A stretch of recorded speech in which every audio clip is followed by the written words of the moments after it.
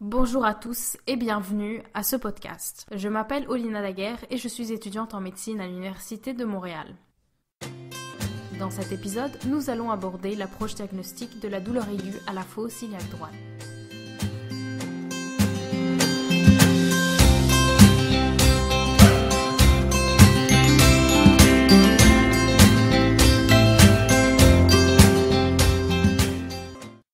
La douleur aiguë de la fosse iliaque droite est une présentation clinique très fréquente, qui représente jusqu'à la moitié de tous les cas de douleur abdominale aiguë. A priori, la mention de ce symptôme nous oriente immédiatement vers une appendicite aiguë, et c'est d'ailleurs le diagnostic le plus fréquent. Par contre, il reste tout de même 15 à 30% des cas où l'appendicite aiguë n'est pas la cause. Donc il est essentiel d'avoir en tête plusieurs diagnostics différentiels. La liste est très large selon les origines anatomiques de la région. Tout d'abord, au niveau du système digestif, comme on l'a déjà dit, il faut évidemment penser à l'appendicite aiguë. Ça reste l'urgence abdominale la plus fréquente. Mais on peut aussi citer l'iléite infectieuse inflammatoire terminale, par exemple l'iléite de Crohn, une diverticulite ou une tumeur du côlon droit, ou encore très rarement une diverticulite de Meckel. Notez qu'une douleur à la fosse iliaque droite est rarement due à une obstruction intestinale, comme on pourrait le voir dans le cas d'une invagination intestinale aiguë, ou encore à une ischémie intestinale. Car ces deux pathologies, l'obstruction intestinale et l'ischémie intestinale, se présentent plutôt avec une douleur abdominale diffuse et non localisée. Maintenant, au niveau urinaire, on peut penser à la pyélonéphrite, dont la douleur caractéristique est la colique néphrétique. Chez les femmes s'ajoutent des affections gynécologiques, comme par exemple la salpingite aiguë, la torsion ou la rupture d'un kyste ovarien, une grossesse extra-utérine ou encore une tumeur ovarienne. D'autres affections régionales incluent l'adénolymphite mésentérique ou une pathologie péritonéale, comme par exemple un infarctus épiploïque ou une torsion d'épiplomb. Passons maintenant aux moyens diagnostiques. À l'histoire, il faut bien questionner les caractéristiques de la douleur. Par exemple, une douleur brutale et intense, unilatérale, qui apparaît dans la région lombaire avec une irradiation antérieure descendante vers la fosse iliaque et les organes génitaux externes, sans position antalgique, sans facteur déclenchant ou aggravant, c'est typique de la colique néphrétique. De plus, il faut s'assurer de faire un recueil des antécédents personnels pertinents. Donc, toujours questionner sur les voyages, la santé sexuelle, les antécédents gynécologiques, et bien faire une revue de tous les systèmes dont pourrait provenir l'élément causal. Ensuite, un examen clinique attentif, ciblé et éventuellement répété est indispensable. Les signes vitaux démontrent souvent de la fièvre et une légère tachycardie. D'abord, à l'examen abdominal, des signes pertinents comme une sensibilité au point de McBurney sont recherchés.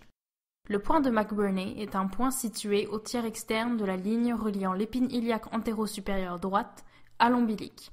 Il est en faveur d'une appendicite si une douleur est provoquée à sa palpation.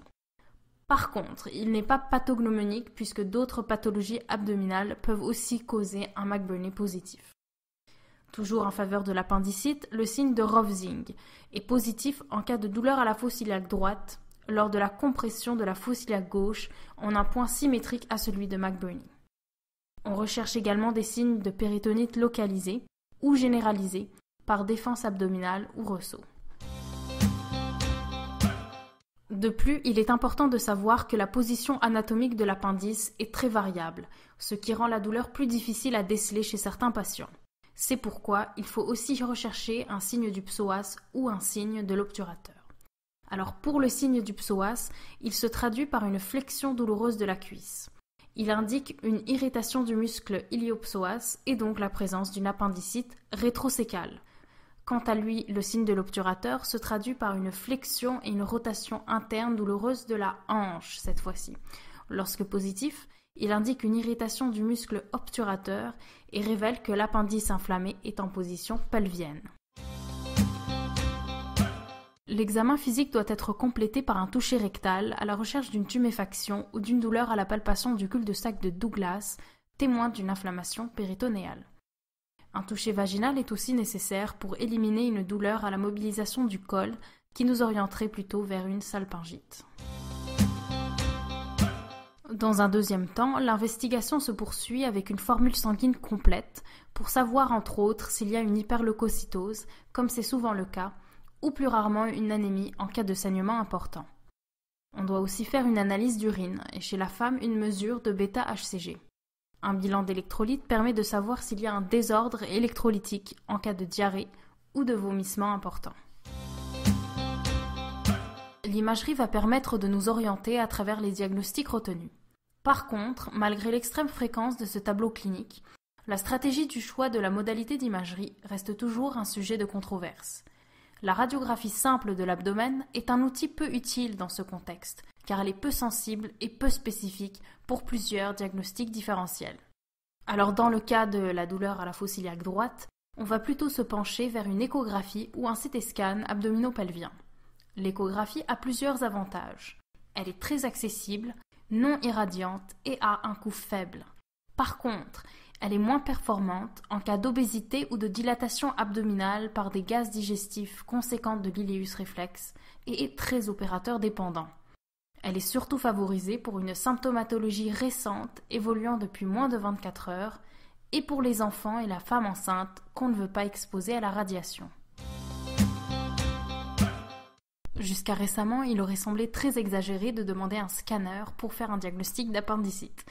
Cependant, plusieurs études montrent qu'il est le meilleur moyen de diagnostic rapide et avec certitude d'une appendicite aiguë, avec une spécificité et une sensibilité à 98%.